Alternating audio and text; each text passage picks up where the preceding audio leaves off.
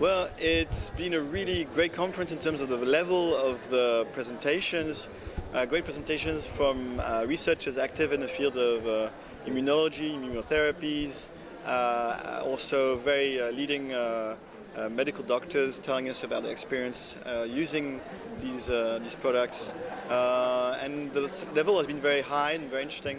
So, and this is what I expected, and actually it's really delivered a very nice, very good high-level conference.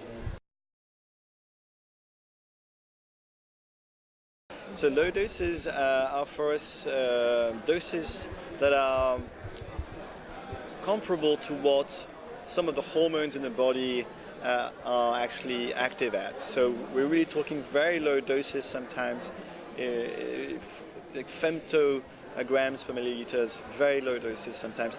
And in micro-immunotherapy, sometimes we go beyond that to really low doses that are targeted to modulate some of the activities of the body. Okay.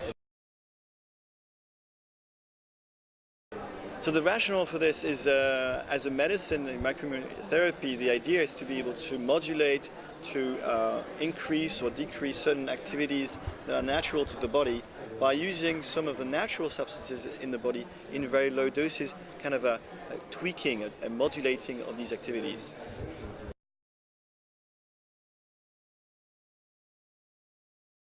So micro-immunotherapy has evolved a number of products where the doses are very low. So we're talking about ultra low doses to the point where really sometimes there might not be even like a molecule of the substance left. There's very little of the original substance left.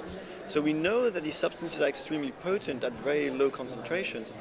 But here we're also talking about really low concentrations where the importance of water really comes up, where we really need to consider what is happening in water.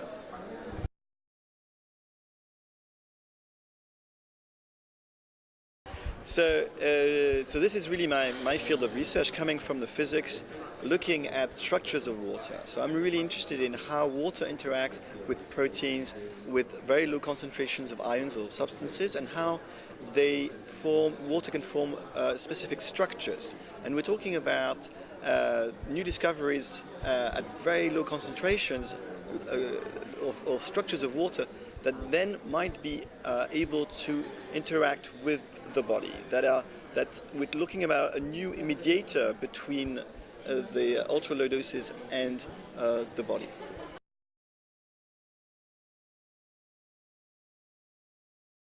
So we have a reasonable amount of evidence for ultra low doses in general at quite high, quite low levels of concentrations. In micro-immunotherapy as a field is a relatively new field of research in terms of looking at the effect of ultra low doses. So it's a field that's progressing. There's still quite a lot of research to be done. We know that there's a lot of evidence from doctors using it. In terms of fundamental research, is still in the making, in progress, so to speak.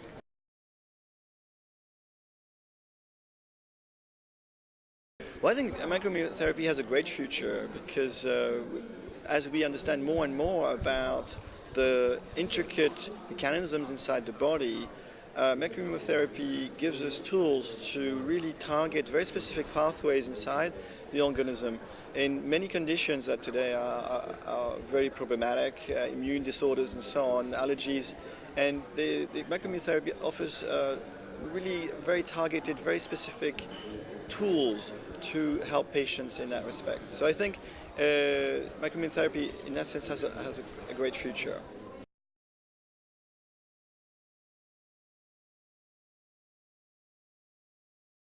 For me, the future of micro-immunotherapy is very, very much linked with conventional medicine and all the extraordinary progress has been made in immunology and the understanding of all the intricate pathways in the body. So I think the two are very, very linked, yes, indeed.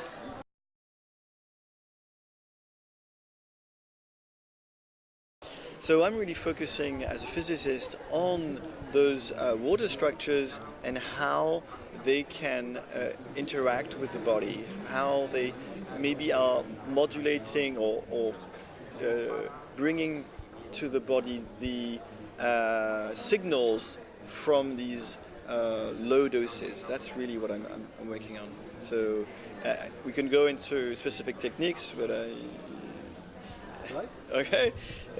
So I'm using things like near-infrared spectroscopy, which is a really great technique. It allows us to really look at very fine signals in water. For example, we are able to detect